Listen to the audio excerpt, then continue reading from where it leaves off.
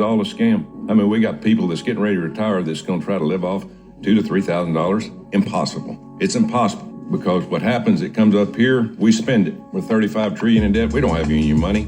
We're dead broke. And then taxpayers have $2 trillion in credit card debt. In this body, we had better start figuring that out, because we're going to have a run on this city, and there's going to be about 150 million people coming up here saying, where's our damn money that we paid in? I could have put my Social Security money 40 years in the market and probably be worth 8 to 10 million today. But the federal government wasted it. Yeah, and I'd like to point out, when Social Security was first founded, it started out as a 2% tax, and they said this will never take more than 6% of your income.